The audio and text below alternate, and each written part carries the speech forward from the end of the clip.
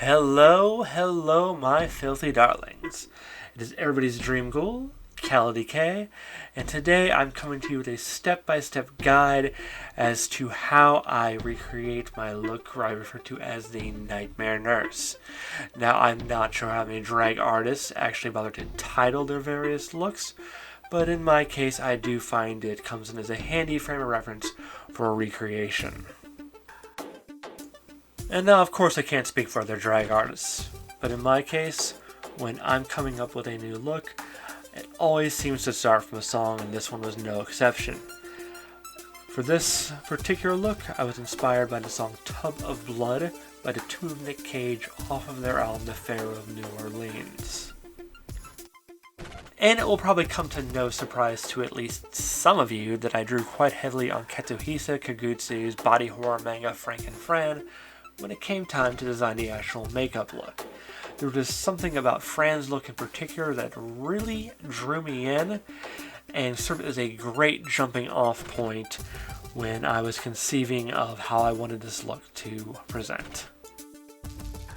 Yeah, and I also might have had an old Leg Avenue nurse outfit laying around for reasons. Let's go ahead and forget about that and get started, okay? So, of course, my first step is always going to be getting my hair out of the way and under my wig cap, as you can see. After that, I put in my contact lenses. No one wants to watch that. Alright, contacts in. Next step is going to be foundation. In this case, LA Girl Pro Color Foundation Using Pigment. I find that it gives me a nice clean white base to work from, and considering I'm trying to make my already pale self paler than the palest part of my pale ass, this is going to be instrumental in achieving that effect.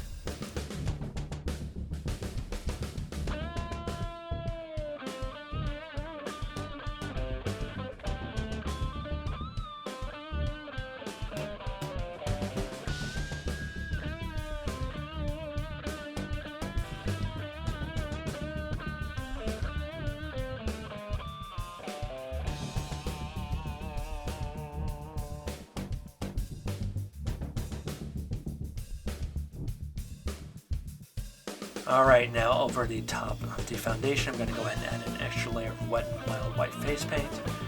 Don't judge, I am on a budget here, but I do find that as extra layer does tend to take things from being pale into a truly ghastly territory, which is exactly what I'm going for with this look.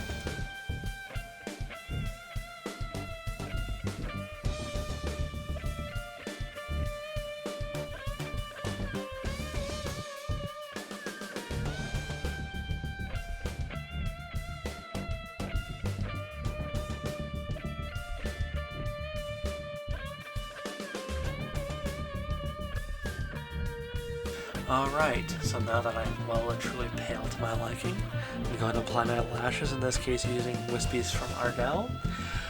I like these because they remind me a lot of those old timey dolls where the eyes would open and close, you took them back and forward.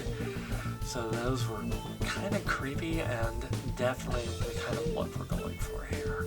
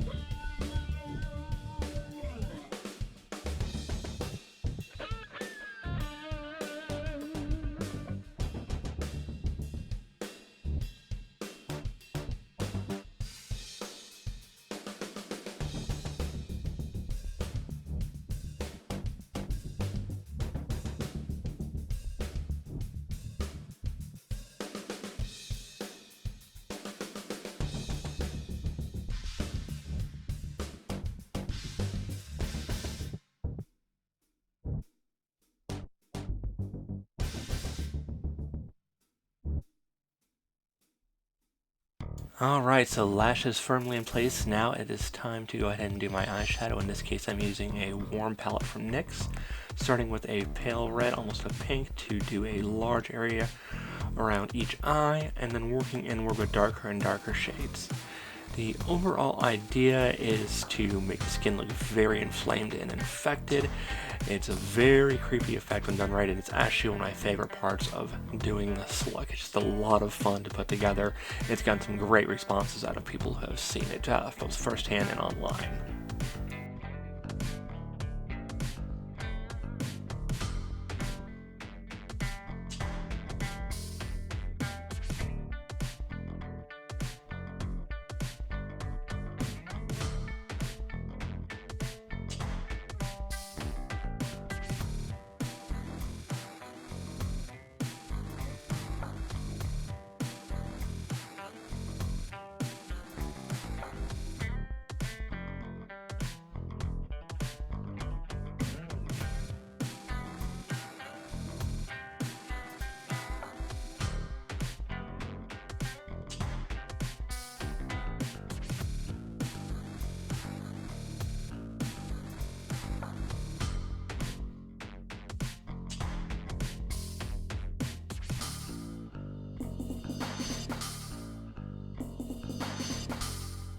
Alright, so eyeshadow away, it's now time to contour.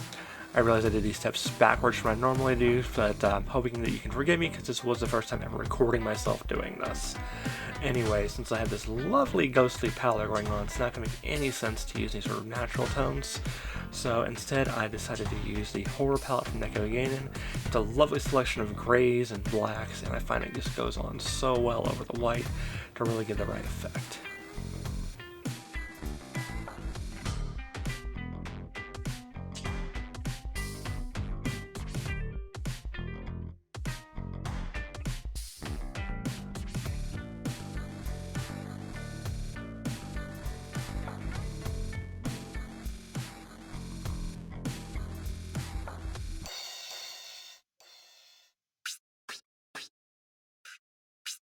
Alright, so the next step is going to be lipstick. In this case, I'm using Maybelline Superstay Matte Ink, which I like because the particular applicator they use here allows you to get a nice defined shape without any extra tools or effort, so it's very convenient for doing this kind of look.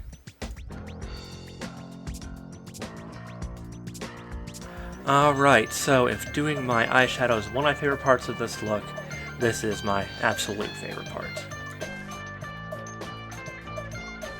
Alright, so what I'm using here is the Kitsune Water Activated Eyeliner from DeKay. I like this stuff quite a lot. It is my default go-to, whatever you're going to call it, eyeliner, both for doing my regular makeup and drag. What I like about this stuff is just a few drops of water. You can see it goes on nice and heavy and dark. It's a lot, in my opinion, like working with calligraphy ink. So you're going to get a nice bold line without having to trace and retrace and retrace. And thanks to using a brush with another style of applicator, you get quite a bit of versatility, and DeKay does offer a great brush set intended for use with this.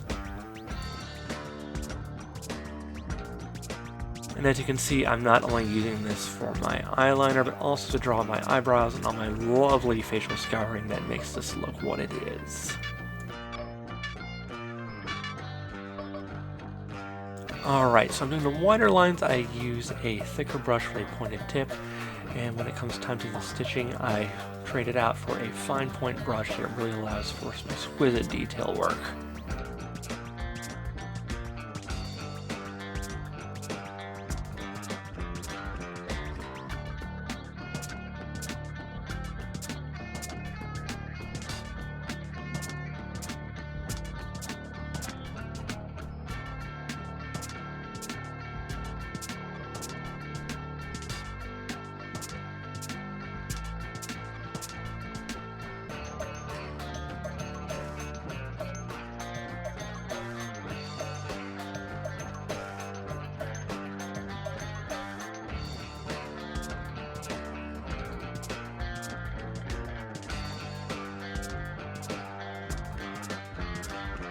Finally, to make sure everything sticks, I use e.l.f. Makeup Mist and Set. I hate this stuff. It stinks. It smells like spoiled milk.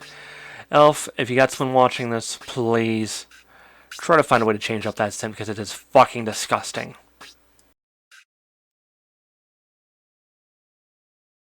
Now normally this would be where I'd show you how I put together the rest of the look, but unfortunately my camera decided to eat the footage. So yeah, nothing turned out. Fortunately, I was however able to find some pictures from last Halloween, which is the last time I put this look together this fully. Now of course there have been a few changes and upgrades to the look since Halloween. Of course, most notably swapping out the white mesh lenses for the stitched mummy lenses. I find they give a lot more coherency with the overall look while still keeping that same creepy factor. And of course, for the normal look, I do not wear a longer underskirt, but given this was Halloween, I was wearing this to give out candy to trick-or-treaters. Well, I couldn't exactly go prancing around in a mini dress now, could I? If you're interested in seeing more details of the outfit as well as the process by which I created that, you are more than welcome to my Instagram where I have the full creative process documented. And that is everything for now, so thank you for watching my filthy darlings and take care out there.